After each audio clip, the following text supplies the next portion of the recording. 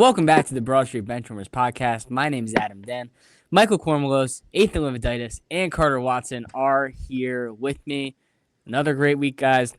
We are here in the aftermath of our championship game, right? The Seattle Seahawks are Super Bowl champions. They defeat the New England Patriots 29-13 in a bit of a game. a It was game. a game. We'll say that. But how are we feeling, boys? How's the week been? Happy. We're happy for Sam Yeah. Darnold and Kenneth Yeah. Walker and Yeah. Cooper Kupp. It's been fine. Glad New England didn't win. I agree. Yeah. So we will dive all in to not only this game, the implications for the offseason for Seattle, the implications of the offseason for New England, and maybe do a little bit of a preview of what we have going on for the upcoming season. But wanted to start with just the game as a whole. And I think all of that starts with the dominance of Seattle defensively throughout this game. That is the biggest storyline. I think we would all agree. The Seahawks defense that had controlled the season all year turn in maybe their finest performance when it matters most. What are our thoughts on just the masterclass that Mike McDonald and crew were able to put together here? Yeah, I mean, it was an excellent showing all around. They did a great job. They did a lot of the things that we expected the Seattle defense to be able to do. At some point when we were doing the preview episode, somebody mentioned Will Campbell in particular as a player that will probably struggle. That was Ethan. I don't remember who said it. It could have been any of us, but I think we all said it in some we might have all actually mentioned Will Campbell specifically as a player who might have had a bad night, and he did have a bad night. Called him a turnstile. Straight from the first drive. But the Seattle, I don't want to take away from what the Seattle defensive front was able to do. And that set the tone for the rest of everything. Drake May never got into a rhythm in part because he was under pressure all night. And the rest of the defense just executed. They did everything they needed to do, and they kept New England off the scoreboard pretty late. And they were able to stop them from ever really making the game feel very competitive, despite the score being pretty close, just because it never seemed like New England had a real shot at scoring. Yeah, absolutely. I agree. I mean, Drake May and company were in hell all night. Josh McDaniels looked completely flabbergasted on the sideline the entire time. I mean, couldn't pass, couldn't throw, couldn't do anything. Couldn't even do special teams right. It's usually their strong suit. I mean, they blitzed, I felt like, every play. I think the front did a good. We can give all the credit to the defensive front, but I feel like Devin Witherspoon blitzed 50% of the time. They brought safeties down the entire game. Nick and Memori got in there a little bit. They were just setting pressure. Foot did knock him off the gas. Mike McDonald wanted them dead. That is what Drake May and company are now. I mean, couldn't do anything. I mean, New England looked like they kind of came to life at the end, and then Drake May threw the ball directly to a player wearing a blue uniform. I mean, it was just an absolute dominant show from Seattle. I feel like Carter hit it pretty well. I mean, credit to the coaching staff, obviously. Nick and Monwari, if that's what he looks like when he's injured, next year's going to be even more fun.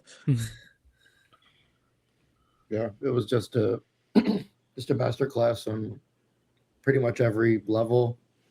I mean, we can talk about May in a little bit, but just the pressure he was under is worse than everything in this playoff run, which I mean, they've held up somewhat. We've talked about Will Campbell, and Jared Wilson wasn't much better either. And afterwards, it's the classic, oh, guys, Will Campbell had a torn pec or something in his name. I'm like, okay. Yeah. But I mean, I believe it. He started the season really well and kind of just fell off yeah, the cliff. yeah, he was good. When he's healthy, he's good. Yeah, but I think just the amount of pressure the amount of pressure coupled with the trust that they had in their DBs was really impressive. And Michael talked about it. I was hoping that it was going to be my thing, but I mean, you can't really go talk about the game without talking about how good Devin Witherspoon was, both in coverage and as a free rusher. And Drake May was just completely lost, and they couldn't run the ball either. Like, there was nothing really working, and you can chalk that up to not like overperforming personnel of the regular season and the playoffs leading us there. You can also say it's like, I think it's a little egregious, but it is true, like one of the better defensive performances in the past at least decade from a defense, because you got what, like 15 points from Jason Myers, like Yeah, I think so. that in most scenarios that puts you in a very difficult spot when you always have to keep settling for field goals. But I told you guys, special teams. yeah. I think Mike McDonald is one of the best hires of the past decade as well. Just the way that they already had some very good players, but bringing them up to the level that they anchor a championship roster is just unbelievable. So credit to him. I mean, credit to all the players, and congrats to Seattle. Yeah, I think you guys hit it on the head.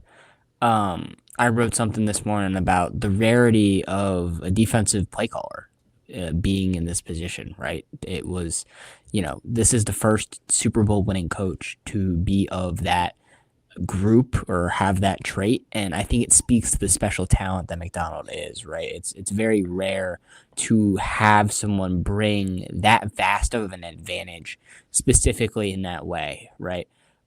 You can't. You've seen the Vic Fangios of the world or the Jim Schwartzes of the world struggle truly as head coaches because they're not able to master both the ability to handle a locker room and the ability to call plays as a defensive head coach. His ability to do both and become kind of the X factor for this team, especially in a game like this. I mean, Michael talked about the corner blitzes that they are running, but I mean, really just their ability to emphasize pressure coming off the edges all game. New England took, I thought, what was a pretty good offensive approach and what should have been their offensive approach. And, we're going to go 21 personnel. We're going to try to run the football outside. We're going to try to make things easy and get Drake May into third and shorts and, get explosives on those third and shorts. But it simply wasn't going to happen with what this Seattle defense offered in the trenches. And I think that's important to emphasize that stems from McDonald and what he's done all season. So you have to give credit there. They're the 12th best defense per EPA per play. There you go. In NFL history. We under 8 minutes. So. Yep, under 8 minutes. Pretty good. Yeah, they are a truly dominant unit, and I think they will go down in history as such. And then we can start to shift things to the offensive side of the ball, I think, as well, which, it was a struggle, as you guys kind of referenced, only 15 points on the board in that first half, but strong game in the run game in the second half, and they were able to get it done. Kenneth Walker was obviously the Super Bowl MVP. He made a big difference. Because of the struggle that they had in the passing game, which I think can be attributed to a few things. Darnold missed a few. It didn't look like the Seattle receivers were getting all the separation they usually get. But at any rate, they needed the run game and the short passing game to be an option, and that's what Kenneth Walker gave them. He finished the game well over 100 yards. And in a game where your offensive player of the year finishes with, 30-something? Yeah. It's big to – obviously it's always big to get somebody moving the ball, but with the pedestrian performance from Kenneth Walker, they may have struggled. And I think that's another thing that we brought up in the preview, the fact that Harold Landry, who did end up playing, but he didn't look 100%, at least to me. They were able to generate more running to the outside than they may have been otherwise. Yeah, I mean, that's really the only bright spot offensively, if we're being honest. I mean, we talk about how amazing Seattle's defense was, but New England played one hell of a defensive game too up until the end. I mean, Sam Darnold could get anything going. He looked like, the Sam Darnold we saw in Carolina that's solid points in this game for a while. I mean, outside like a couple like short pass plays, he couldn't get anything going over the middle of the field, downfield. Really nothing until that AJ Barner touchdown in like the middle of the fourth quarter. He just couldn't stop the run. I mean, obviously talked about that line wasn't healthy. Kenneth Walker was really able to just run down their throats the entire game. I mean, Cooper Cup being able to have 60 yards in an NFL game in 2026 was rather impressive in my opinion. Yeah. But yeah, this was just a great performance by the Seattle offense. It was like late in the game, just kind of pulling away. And if New England won this game, Christian Gonzalez easily would have been the Super Bowl MVP because he's the reason this game 50-13. Mm-hmm. Yeah. Offensively, again, we talked about how they always have to settle, and that usually isn't a recipe for winning a Super Bowl. But yeah, I think McDonald definitely pushed his cards to the defense, which is understandable because of how they played. But that isn't to completely disregard how sort of mediocre to not good the offense was. I mean, obviously K9, who I picked to win Super Bowl MVP, by the way, but if you don't know, Check the graphic. Like, follow the yeah, Instagram. maybe. I'll check the graphic right now because I'm pretty sure I also picked him. No, you picked JSN. I did. Which I don't remember. Yeah. I feel like you picked. We all feel like picked you might different have- people. You picked JSN. I might have said K9, and then you said, "Well, I want to pick somebody different." I was just like, yeah. But No. whatever. Damn it! Yeah, I think he missed a few, like a drive or two. He was locked down the entire game, but props to. He was also in Kubiak. concussion protocol for a bit. Yeah, That Yeah. is true. so props to Kubiak for finding a way to sort of make up for it without him. In reality, they didn't really do it, but they managed enough. Like AJ Barner, that busted coverage touchdown. Cooper Cup getting involved. Like Sam Darnold was under a pretty significant amount of pressure. Obviously, not as bad as May, but what I will say about Sam Darnold is that he didn't make like back-breaking mistakes. So that definitely kept them in the game. So Yeah. he obviously did not deserve Super Bowl MVP by any means. Like he just was pretty much an elevated game manager, which is fine. But yeah, the majority of the playoffs predicated on the run and that one Super Bowl. So yeah. Mm-hmm. Yeah, no, I completely agree. I think what Michael emphasized with how great this Patriots defense played at times has to be reinforced. I think they came in once again with a great game plan. I give all the credit to Vrabel and the staff and how they came in and approached this game. It really just was the talent differential at the end of the day. But they attacked these guards and did what they've done all year, which is, send heavy pressure on third down and look to get to the quarterback. And I think in the first half, Seattle struggled to have answers, especially when they got behind the sticks, but found answers in the outside run game simply because of the amount that this Patriots defense was on the field and what they had to kind of answer for. That edge room started to get tired, started to get light. That linebacker core started to get tired, started to get light, and they were able to bounce it outside in ways that they really hadn't been able to in the first half, as well as the continued motion of Jackson Smith and Jigba and the threat that he provided. But as Ethan pointed out, that went away in the third quarter, and they were still able to manage to create some offense as a whole. So I think I give all the credit in the world to Clint Kubiak. He is, going to be sorely missed, and I think that easily transitions us into, what's going to be a very interesting offseason for this Seattle team and what they're going to be able to do. You look at their free agents, they have Kenneth Walker, Josh Jobe, I believe, is free agent. Kobe Bryant is a free agent, and then you lose your offensive coordinator over the course of these next couple weeks. So what were you gonna say? Never wrong, just early about the Raiders. It's coming. Oh, stop. You had them winning 10 games. You had them winning 10 Yeah. In back-to-back years. All right, well, this year we all had them winning anywhere from 8 to 10. We were all in. No, I had them winning 6. No, you had him winning. Ethan had him winning 6. I had him winning. Yeah. 8. Oh, yeah. I You had him winning 10. remember I said 6, and y'all were like, Whoa, you're really low Yeah. on the Raiders. I'm like, I was in the middle. And I You was were the high. That was what, like, It's not publicly verifiable, but there's no way I had that team winning 8 games. Yeah. It looked fine on paper with Carroll before it all turned. It looked good. It looked good in week 1 when they beat New England. They It did. did beat New England in week 1. Yeah. And I think we also have to emphasize when we're talking about this offseason stuff that contractually the Sam Darnold contract does start to kick in as far as the bonuses now. So that's not 20 million, it's 37 million now. It's completely over. You talked about the key free agents, but Witherspoon and Njigba are now up for contract extensions. It's over. Like the Dan Campbell meme quite literally applied to both of these teams, but Seattle way more because there's no way they can run it back with the score next year, and you don't know if you're gonna have as good as offensive coordinator. It's gonna be a little terrifying to see if they can repeat this production. Yeah.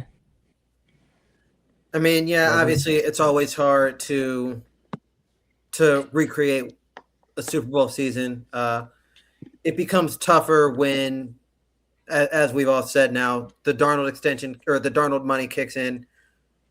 In terms of the free agents, I think Kenneth Walker becomes somewhat of a priority because of, one, the Zach Charbonnet injury, even with the recovery times for ACLs kind of shortening in recent years.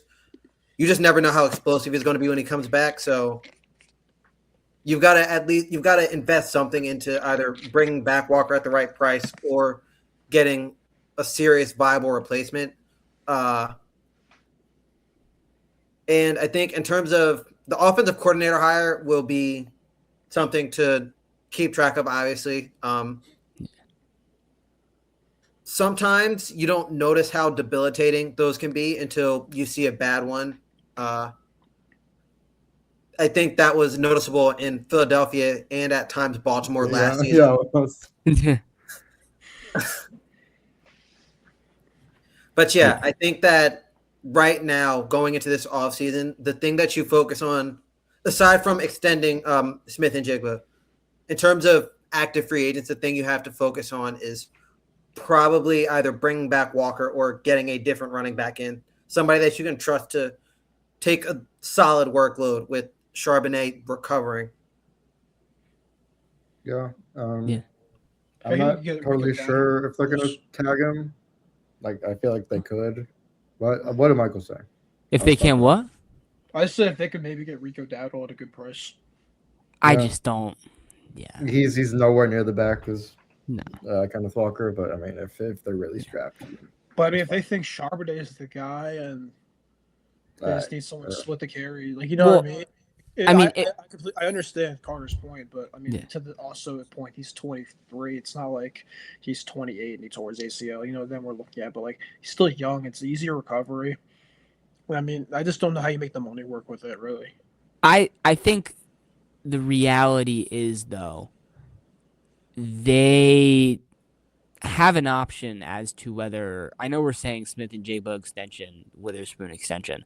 They can give those next year, or they can restructure what they already have, right? The Darnold contract is $37 million, but some of it can be restructured so that it is up front. It doesn't count against the cap. The same can be done with like Leonard Williams. Byron Murphy still on a rookie deal. Like, these pieces, hypothetically, the cap can be moved. I think the bigger concern for me continues to be Kubiak, and I can let Ethan talk more on that, but I think schematically the loss of that would be more my concern.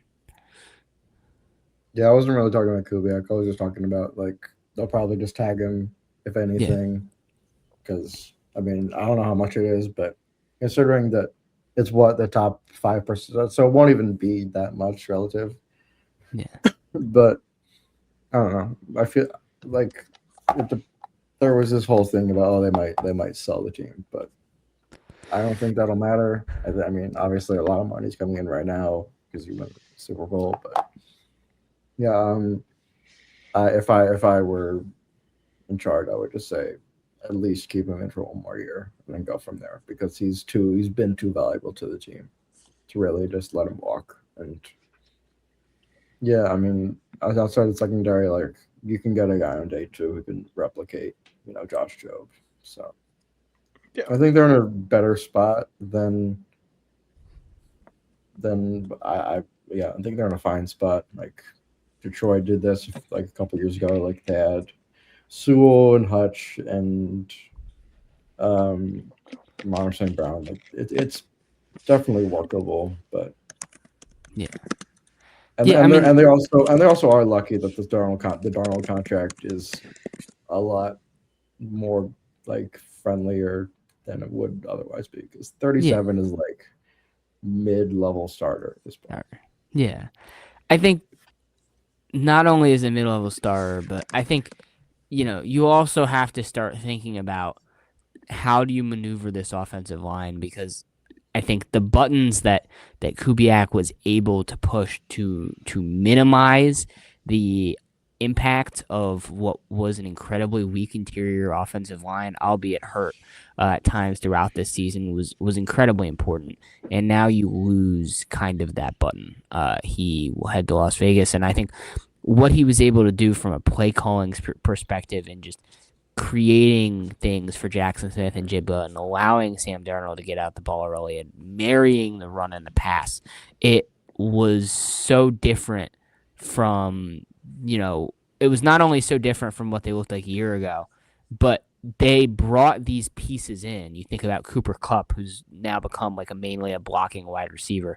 You think about, bringing in Greg Zabel and kind of his inside out versatility. Like, these are pieces you brought in order to run a Kubiak offense. So I think there has to be some kind of continuity there, but you're missing the play calling. So I think that's where it becomes, hey, how do I get better at these positions? How do I get better at center? I'm starting a guy who played well in Sundell, but was an undrafted free agent.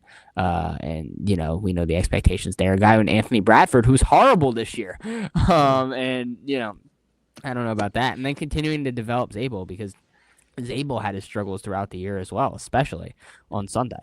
So I think those are serious concerns for the offseason. And, I definitely see a scenario where this team is a team primed for regression a year from now. Mm-hmm. But I think we can at least point to them having the core pieces, the outliers, and the coach in order to get it done again. And I think that's what matters.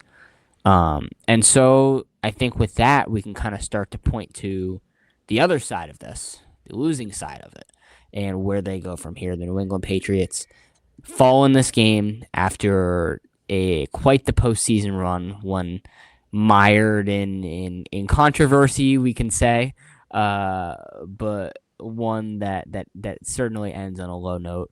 How do we feel about? I mean, we've kind of talked about how we feel about what New England did in this game, but we can talk a little more about that and then get into where they go from here. I just want the narrative killed that they were fraudulent, because they obviously weren't. You were spitting that like yesterday. Yeah. My team was better. My team is better, and my team's quarterback was just brain dead. We were texting yesterday, and you were telling me that they were frauds. No, we didn't. I said we were Yes, you better. If did. our quarterback didn't throw 5 picks, we would have made it. You told me Huge if, dude. But I know it's still not that big. If my quarterback didn't decide to be brain dead for a game, Okay, he's off my team. He's Carter, not go on my ahead. team. As we Yeah, spit I lies. mean, it's stuff that I've brought up earlier, but the New England offense especially was just overmatched. They were the lesser unit against that Seattle defense. Everybody, especially on the edge, got it was always going to be a tough matchup, and the offensive line didn't really surprise anybody for them. They didn't get a bunch from Stephon Diggs. They didn't get a bunch from Hunter Henry. The running game wasn't really there. I'm pretty sure this was a joke, but I think I read that Bad Bunny covered more yards on the ground than the New England Patriots did. I don't know if that's a literal thing, but it was like in the first half, it was true. Really? Yeah. That's insane.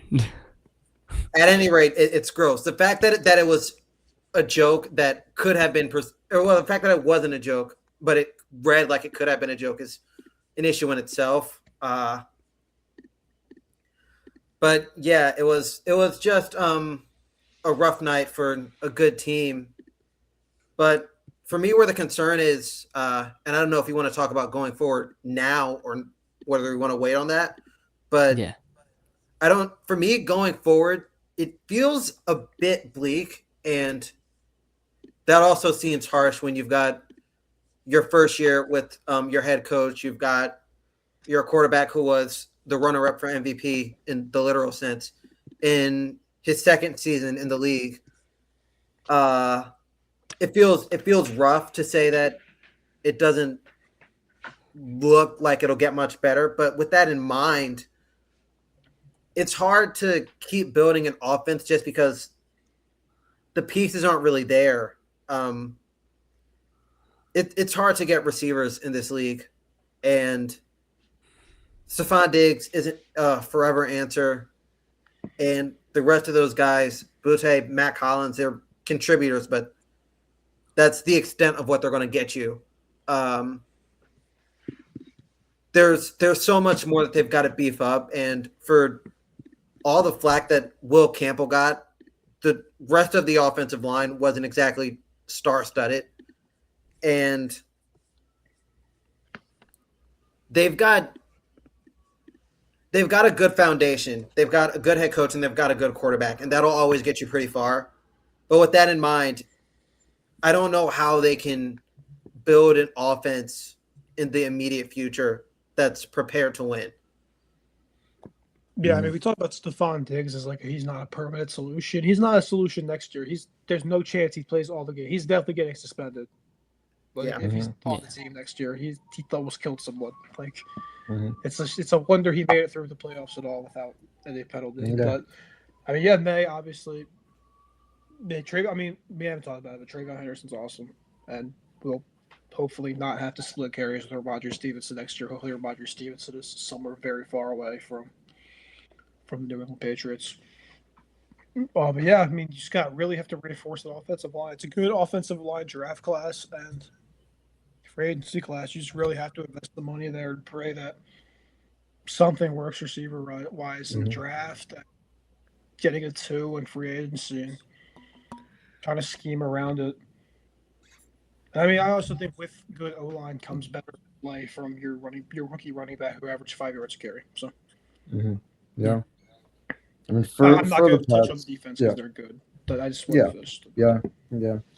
For the Pats, it's really tricky because this does feel like they overperformed a lot, and this is their only real shot because this is the one year that the AFC is extremely wide open. And like the previous offseason, they spent a ton of money. Like they got Milton Williams, they got Garrett Bradbury, Diggs, Spillane. So it's not like they're going into the offseason like, let's say, the Raiders are, the Titans are. Like they have already made a lot of investments, and it is tricky with this class because unless they want to go the Arizona State guy on day 2, I would be prepared to move Will Campbell inside just for obvious. Hey, we have to have that conversation because, I mean, you don't have to do it. You don't have to do it immediately, but wow, I think it is a conversation that should be we're had. really giving up here. I'm not I giving think up. that's way too hard to justify. Yeah, I think it'll be a quality guard, but okay. What I will say is I'm mocking up for in a video, and I said this. I saying the same things. I think I also said he could play guard, but yeah, it's not a single game issue. Just if it perpetuates, then you have to make a move, and also just you have him and Wilson. You have Bradbury and Moses. I don't think Moses is around long term, but yeah, the line isn't great. You definitely need to make some investments, preferably in the draft, just because you already have a little bit of money invested at center. But I think the receiving core is something I'm really interested in to see where they go because it does feel like other than Diggs, but I mean, he's giving you the production in a way that reminds me a lot of the Packers. It's just like you have a bunch of 2s at the best, and that's not usually a recipe for a championship team. I mean, it's the AFC is really weird right now when you have like Zay Flowers making Pro Bowls, and it's like, I mean, I guess he can make the Pro Bowl. It's like, Yeah. yeah, it's not outlandish, but yeah, I mean, the defense. I don't have a ton of notes. Like, maybe get another DB in there, at the middle to late rounds, but like, they're still a good team. I'm not shying away from them. Like, the second Adam said the Seahawks are prime for regression, I think this is just like, it's not that they lost coordinators. It's just the conference was in such a weird state that I can't anticipate happening again. Yeah. No, I absolutely see where everybody's coming from, and I think there's a lot of numbers that back it up, right? This statistically, are you ready? Mm-hmm. Per EPA per play, is the worst quarterback performance in any postseason in NFL history. And I mean, I think Will Campbell did speaks for itself. There's a lot of serious reason for concern and debate over the potential, what seems like bright futures about those players going into this postseason that are now going to come into question. And I know, there's a lot of, they played great defenses, they played great edge rushers. That's what you do in the postseason, guys. I mean, you play great defenses. Great defenses make it this far. That's what you're going to have to continue to do. That's now the expectation, the ceiling that's been placed on this New England Patriots team. Nah, they played the Kansas City Chiefs defense. That was pretty good defense. No. I meant having the good defense. They got really lucky they could scoreboard there. Yeah, the defense got good at the right time. That Big Lou defense. Yeah, it was a good unit. Yeah, they got a few really good games from Eli Apple. They did. Eli Apple. Dude, That's a name. So funny.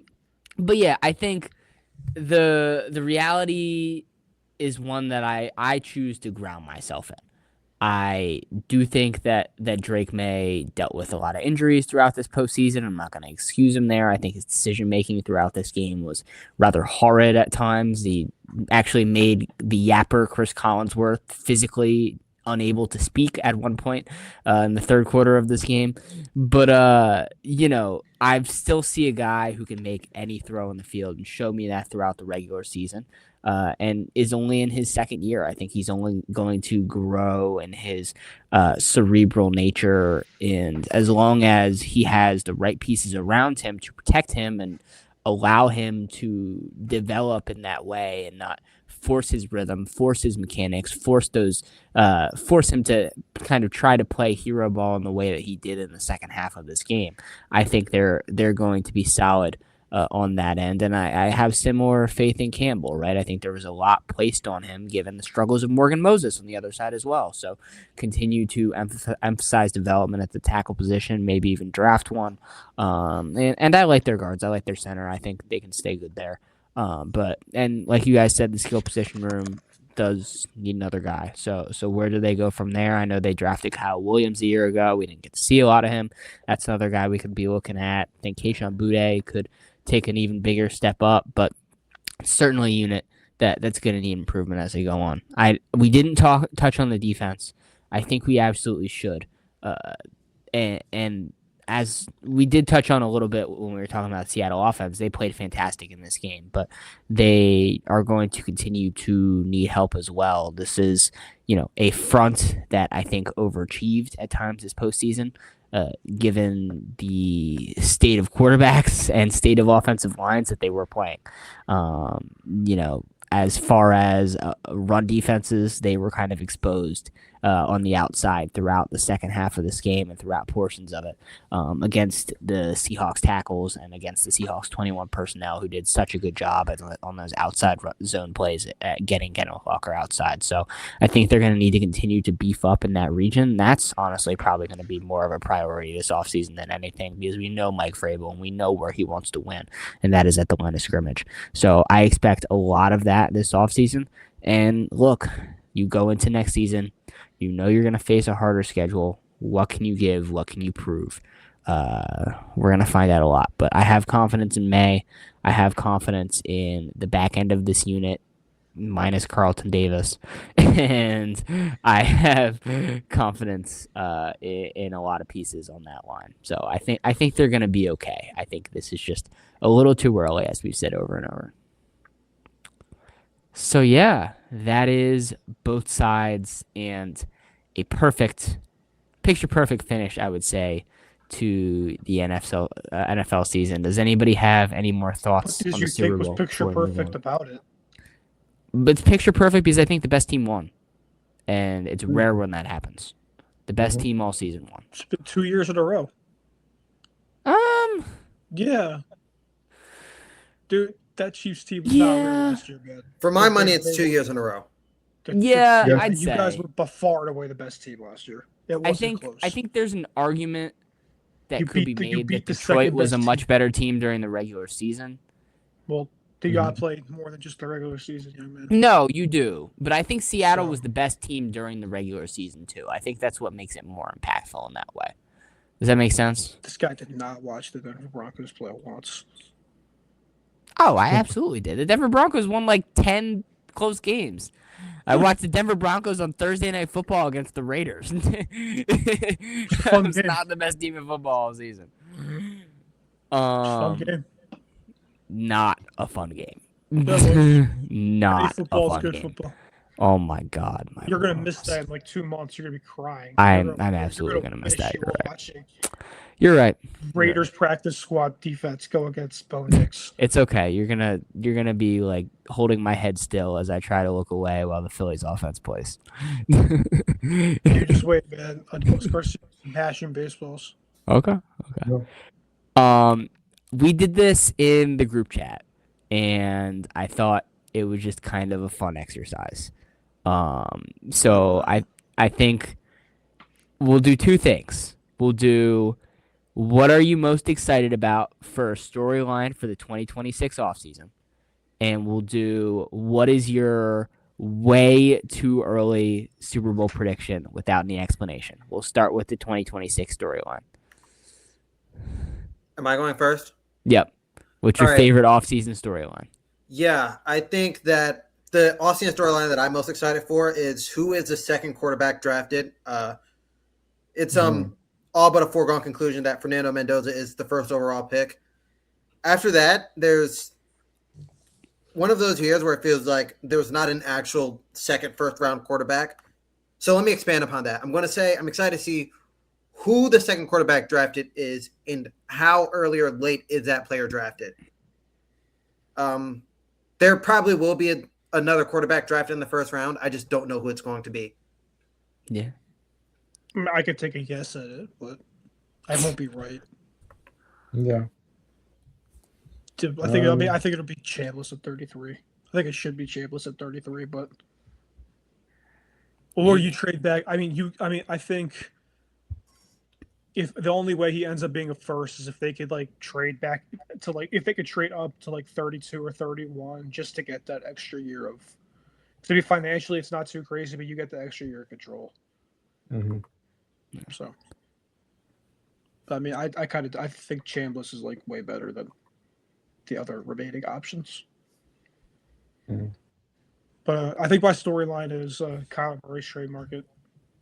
Is the who? The Kyler Murray trade. Kyler Murray trademark. If it exists, if Mike LaFleur wants him gone, I still think that. I mean, I think it's all interesting. I think it's interesting to see if LaFleur wants him because he might want him. He might say, "I don't want Jacoby Brissett or Ty Simpson." Mhm. It might save my job if I had Kyler Murray instead of those two individuals. Yeah. Yeah. My 2026 story would be, I mean, it's pretty broad, but it's where the top teams in the draft are going to do in free agency because they have by far the most money, but also are some of the strangest situations in football. Like, do you want to mortgage your career to go to Tennessee or Cleveland or Cleveland doesn't have money, or Las Vegas or New York Jets? So like there's a solid free agency class somewhat, and these teams could get a hell of a lot better in free agency. Like the Patriots they did that. They drafted a 4, and they spent hundreds of millions of dollars in the free agency. So, and that's not saying it's so fascinating. yeah, it's not saying it's a guaranteed formula, but I think the opportunity to play with Fernando Mendoza could be totally interesting to, I don't know, George Pickens. I'm not saying that's going to happen, but Well, he got tagged yesterday, didn't he? You did?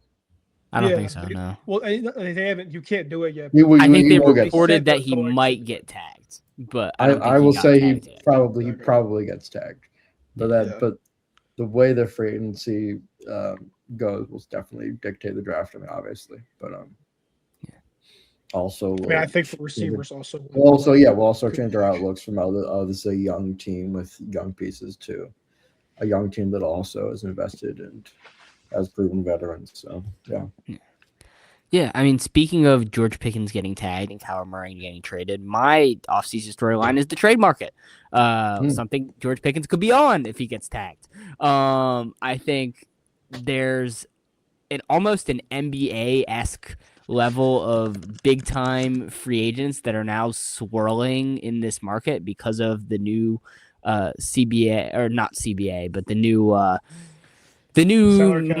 salary cap and how it has kind of influenced, I don't want to say player empowerment, but player movement in its own right. And that's only going to seemingly continue to expand with teams being able to trade more first-round picks than ever before, as was reported yesterday. You're going to trade 8 first-round picks for Max Crosby? Exactly. It's going to be insane. I would rather not. But Max Crosby's a name. A.J. Brown is a name. Tua Tagovailoa is a name. Jermaine Johnson is a name. Marlon Humphrey is a name. There's a lot of names, and they're all going to be kind of floating around there. And I think more than free agency, that is going to be the excitement to me, is seeing how the carousel goes. It's going to be cool. All right. So it is time. We did this in the group chat. Everybody gets one shot at a 20. What is it? Super Bowl 61 prediction. SoFi. Yep. It is at SoFi Stadium. You get one shot. Somebody puts a gun to your head right now. You got to tell us who are the two teams playing in Super Bowl 61, who wins. Carter Watson, go. I'll take the Eagles over the Jaguars. Okay. Michael Cornwallis? I have no idea. Ravens over Eagles. Okay. Again, we'll never like the Yeah, Raiders we'll never people. learn. We'll never learn. Okay. I'll do Rams, Bills. One of those teams I think could very much disappoint me at being the Bills, but hey, who cares? It's fun. I'm gonna do an all LA Super Bowl in their home. I'm gonna pick the Los Angeles Rams over the Los Angeles Chargers. All right. So that is all we've got there. We'll be back very soon to give you more NFL content. We've been talking about some NBA content. I don't know where that's going, but I like the sound of it. Got an MLB for sure. Yep. And definitely some baseball content. So it'll all be in the works. Appreciate you guys listening. As always, who are we firing?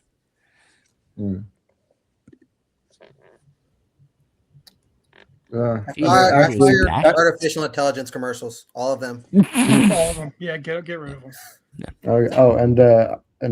Hire. We're the first hire Will Campbell to Amazon per his wishes. So.